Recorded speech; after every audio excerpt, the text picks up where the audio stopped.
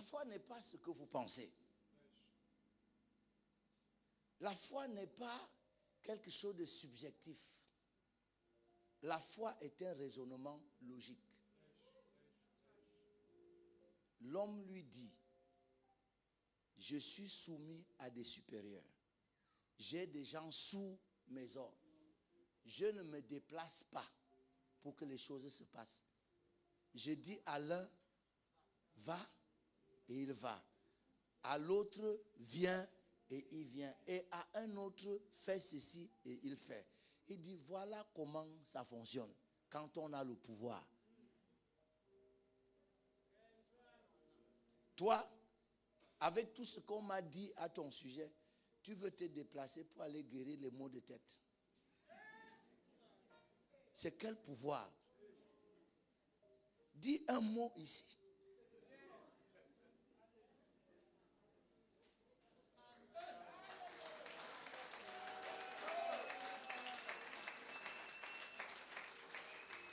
À cause de cette leçon d'autorité-là, Jésus a fait le miracle. À cause de cette parole de la femme, Jésus a fait le miracle. Isaïe est allé annoncer à Ézéchias que je viens de chez Dieu. Il m'a dit de t'annoncer que tu vas mourir. Isaïe n'est pas le genre de prophète que s'il dit ainsi par l'Éternel, on doute.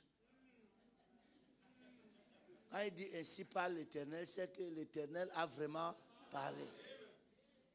Sauf que Ézéchias n'est pas mort. Que Isaïe se sente frustré, que sa prophétie ne s'est pas accomplie, Dieu s'en fout. Ézéchias s'est tourné vers Dieu et dit, ok, au cas, moi je ne refuse pas de mourir. Mais qu'est-ce que tu fais de tout ce que j'ai fait pour toi? Qu'est-ce que tu fais? Est-ce que vous êtes là? Il lui a dit, avant de me tuer, souviens-toi.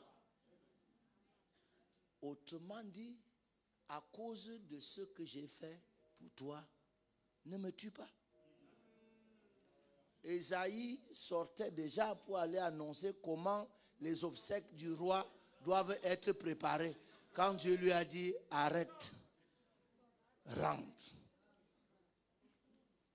Et ce que j'aime dans ce texte, c'est que il ne lui dit plus, va dire à Ézéchias, il dit, va dire à Ézéchias, le chef de mon peuple.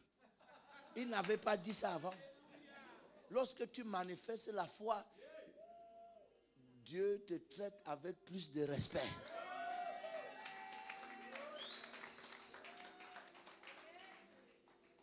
Donc, vous voyez que la foi nous met dans une alliance avec Dieu. Même si nos pères n'avaient aucune alliance avec Dieu, même si nous sommes nés dans un pays ou dans un village où Dieu n'aime pas les gens de là, notre foi peut être un point de départ. Cette femme a dit une parole. Et à cause de cette parole, Dieu lui a donné un miracle. Maintenant, je ne vais pas vous tromper que ça marchera pour chacun à cause d'une parole. Ou bien mon évêque. Certains, effectivement, à cause d'une parole. Mais d'autres, ce n'est pas à cause d'une parole.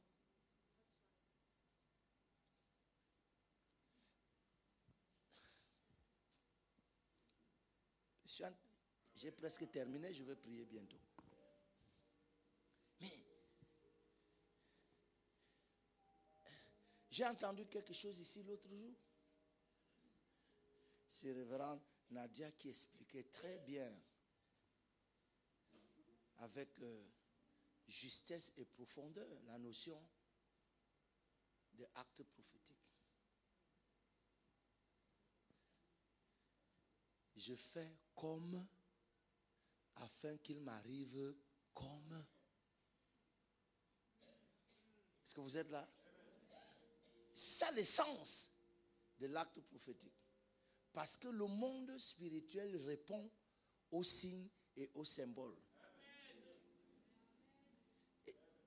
Écoutez-moi très bien. Le monde spirituel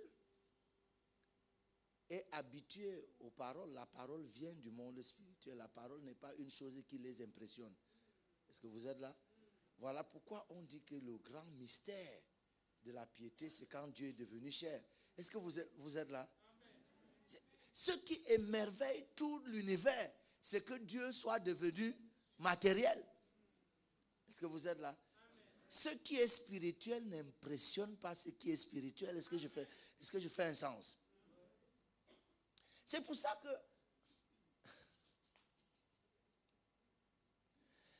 quand vous posez un acte prophétique, hein, c'est quelque chose de naturel, c'est quelque chose de matériel. Mais, oui, de formel. Mais, tout l'univers est impressionné de ce que Dieu peut porter ses regards sur ce qui est matériel. Qu'est-ce que l'homme? Pour que tu te soucies de lui. Qu'est-ce que l'homme? Quand moi je regarde tout ce que tu as créé, qu'est-ce que l'homme? Mais oui, l'homme, c'est la chair. Et la parole devint chair. L'acte prophétique, c'est quand vous prenez une parole et vous la rendez matérielle. Et la parole devint chair.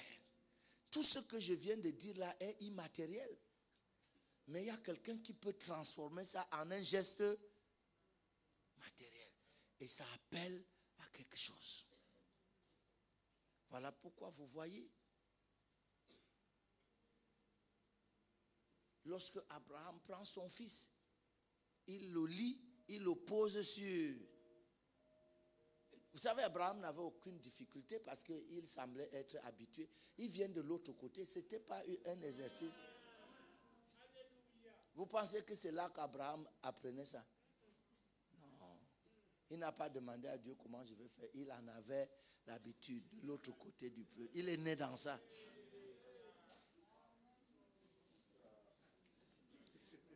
Mais Dieu qui est esprit et qui sait toutes choses, lorsqu'il voit Abraham vouloir tuer son enfant, il dit arrête, je sais maintenant. Il sait avec quoi? Mais il est Dieu, mais il a toujours su. Mais il dit je sais maintenant ou bien je vois maintenant. Oh, je le savais, je ne le voyais pas. Mais je savais que tu me crains, mais je voulais le voir. Est-ce que vous êtes là? Ce n'est pas que Dieu doute de votre amour. Ce n'est pas que Dieu doute de votre foi. Mais Dieu veut voir. Et des fois, tant que Dieu ne voit pas, lui aussi ne se montre pas. C'est quand il voit qu'il se montre. Donc, n'allez pas surtout croire qu'on vous embête. Mais nous multiplions devant vous les opportunités de grâce afin que vous donniez l'opportunité à Dieu de vous voir. Écoutez-moi très bien. Jéhovah Jireh, l'Éternel pourvoira. Ce n'est pas la meilleure des traductions. Il est dit, à la montagne de l'Éternel, il sera vu. Ce n'est pas qu'il sera pourvu, il sera vu. Et quand Dieu voit, il sort de lui-même, il dit à Abraham, je vois. Il dit à partir d'aujourd'hui. Est-ce que vous êtes là? C'est ça. Dieu doit voir. Et cette femme, la Bible dit qu'elle s'est jetée aux pieds de Jésus. Elle a saisi ses pieds. Elle a dit, je ne peux pas.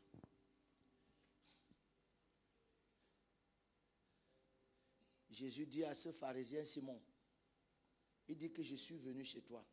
Il y a des choses que je n'ai pas vues. Est-ce que vous êtes là?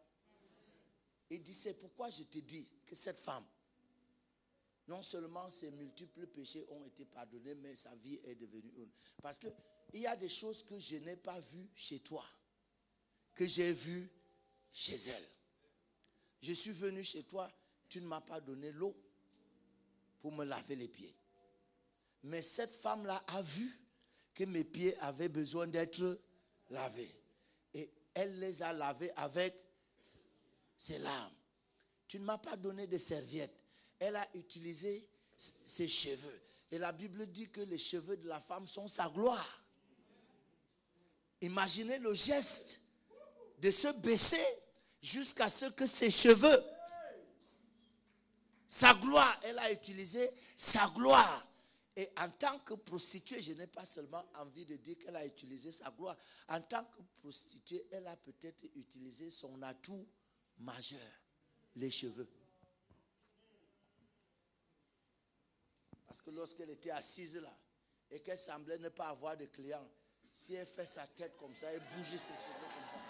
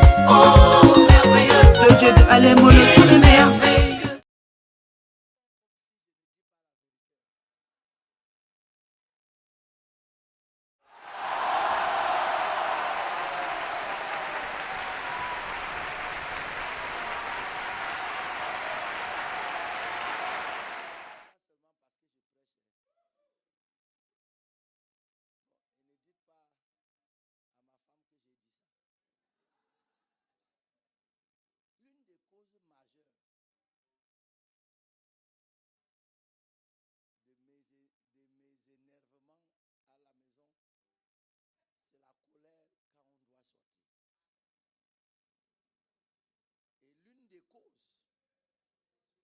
de ce retard-là, c'est souvent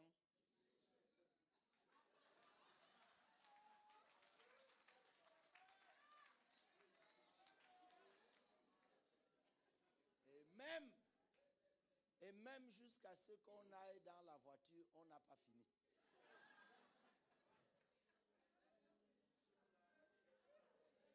Parce qu'une autre chose qui m'énerve, j'aurais dû demander qu'on n'enregistre pas la partie C. Hein? Tu vas dire, oui, je sais que toi tu es capable. La deuxième chose qui m'énerve, c'est que constamment, je suis obligé de tendre la main de ce côté-là pour remonter le miroir de... Parce que quand elle a fini de faire les cheveux, elle ne...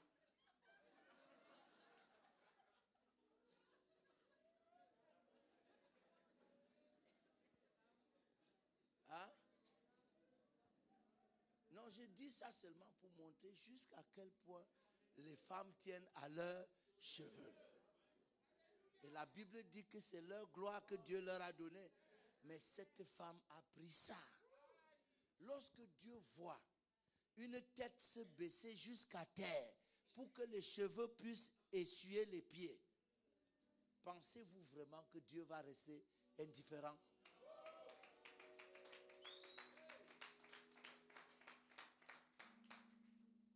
Dieu entend nos belles paroles à l'adoration, mais souvent il veut voir nos actes qui montrent que nous croyons effectivement à ce que nous déclarons. Je connais la grande générosité de Dieu. Ceux qui ont acheté le livre, vous allez le lire, là, sa grande générosité. La Bible dit que Dieu, le Dieu là, il donne à tous. Il donne à tous la vie, la respiration et toutes choses. Pourquoi on est dans le manque? alors qu'il donne à tous toutes choses. C'est comme si quand tu as gardé, quand vous avez gardé des choses, on a gardé des choses pour vous dans un magasin. Le magasinier a besoin de voir certaines choses avant d'ouvrir, c'est pas ça. Ce qui est dedans là, c'est pour vous, hein. Personne ne le prendra. Mais pour qu'on ouvre, on a quand même besoin de voir.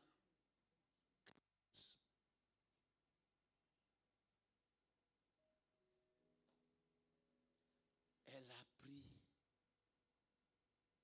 le vase avec un parfum cher. Mais Jésus a vu quelque chose. Jésus lui a dit, cette femme, il faut voir quelque chose. Mettons-nous debout. Très rapidement.